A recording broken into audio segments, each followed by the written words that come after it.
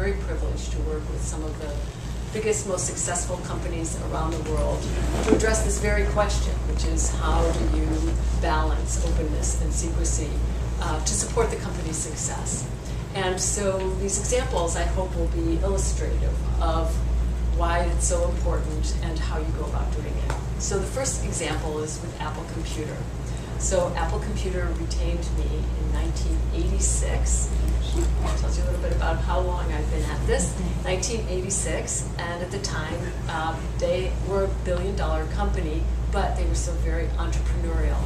And the first project that they asked me to do was to speak to 60 members of their senior management and executive staff, asking them this very question: how do you want to balance openness and secrecy? Now, a little background about Apple at that time is that even though the internet was not in existence, there was a publication called Macworld, which is still in existence, and a lot of buzz, a lot of interest about what Apple was doing and what the secrets of its success were.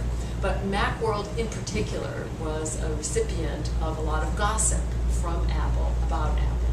So there were many leaks about Apple's products that showed up in Macworld. And not only did this really hamper Apple's marketing strategy, but also it caused tremendous distraction in the company.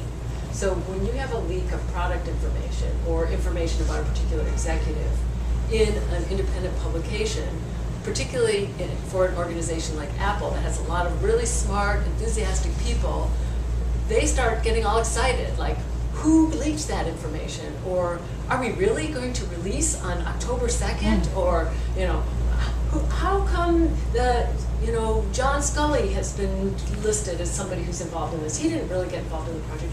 So there would be all sorts of reaction to what was in Macworld. And Apple recognized this was a very big and damaging distraction. So the executives and senior managers that I spoke to reinforced over and over again how important it was for Apple, particularly when they were a young company back in 1986, to be very open and entrepreneurial. It was very important to them to have this free exchange of ideas, the very kind of exchange of ideas that we're here to explore, that ALF stands for. And so they had to figure out, how do you balance their desire to attract people and to be the entrepreneurial organization that they wanted to be, and at the same time not allow these kinds of leaks of information, particularly to Macworld, that were just so destructive to the productivity and profitability of the company. And so these senior executives talked about the fact that they needed to have a way to communicate to all employees about how to protect the information that the company identified as being confidential, but at the same time make sure that everyone in the company felt that there was a free exchange of ideas. So at a corporate level, at a global level, they took it upon themselves to educate all employees in Apple to understand what was sensitive that needed to be protected, what was not sensitive that could be shared, and what was sensitive would be shared internally and only with those who needed to know. Now that was a corporate level, but then there were also many microcosms where there needed to be a balance. So for example, again, back in the late 1980s and early 1990s, there was a group called the Advanced Development Team. And their job was to be thinking about what products would be needed 10 and 20 and 30 years out. I wouldn't be surprised if they thought about iPads and iPods back in the late 1980s. I mean, these were really forward-thinking visionaries. And in order to get a group of people to be thinking that way, again, they recognized what ALF recognizes, they recognized what many people now recognize in terms of diversity of perspectives.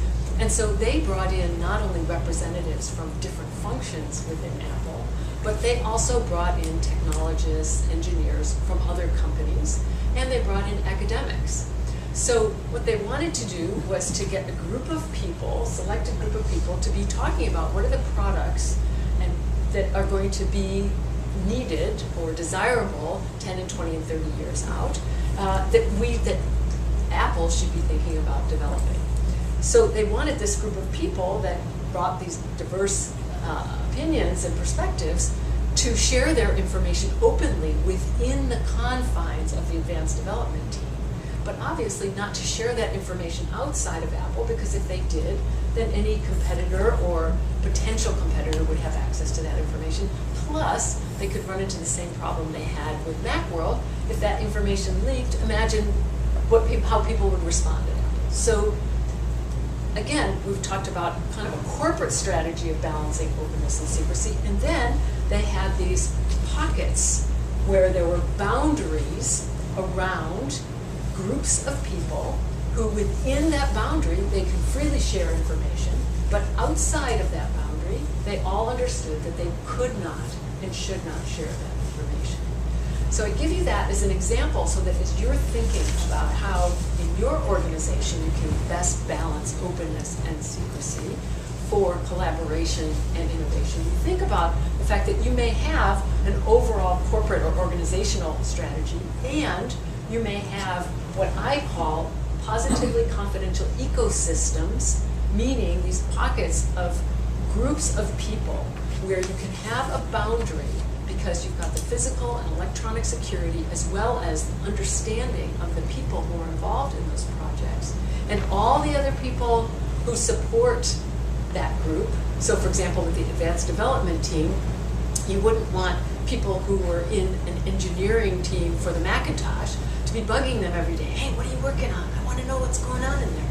You want the folks working on Macintosh to also respect that this group was a special group of innovators and visionaries, and their information needed to be protected. And so as you go outside that layer of protection, of boundary, that the people outside would be supportive and say, no, not only am I not going to ask, but if somebody asks me, what is Apple working on for 10 or 20 years forward, I'm going to let them know.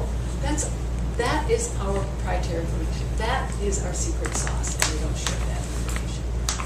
So that's one example that I hope is helpful. I want to give you a couple of others.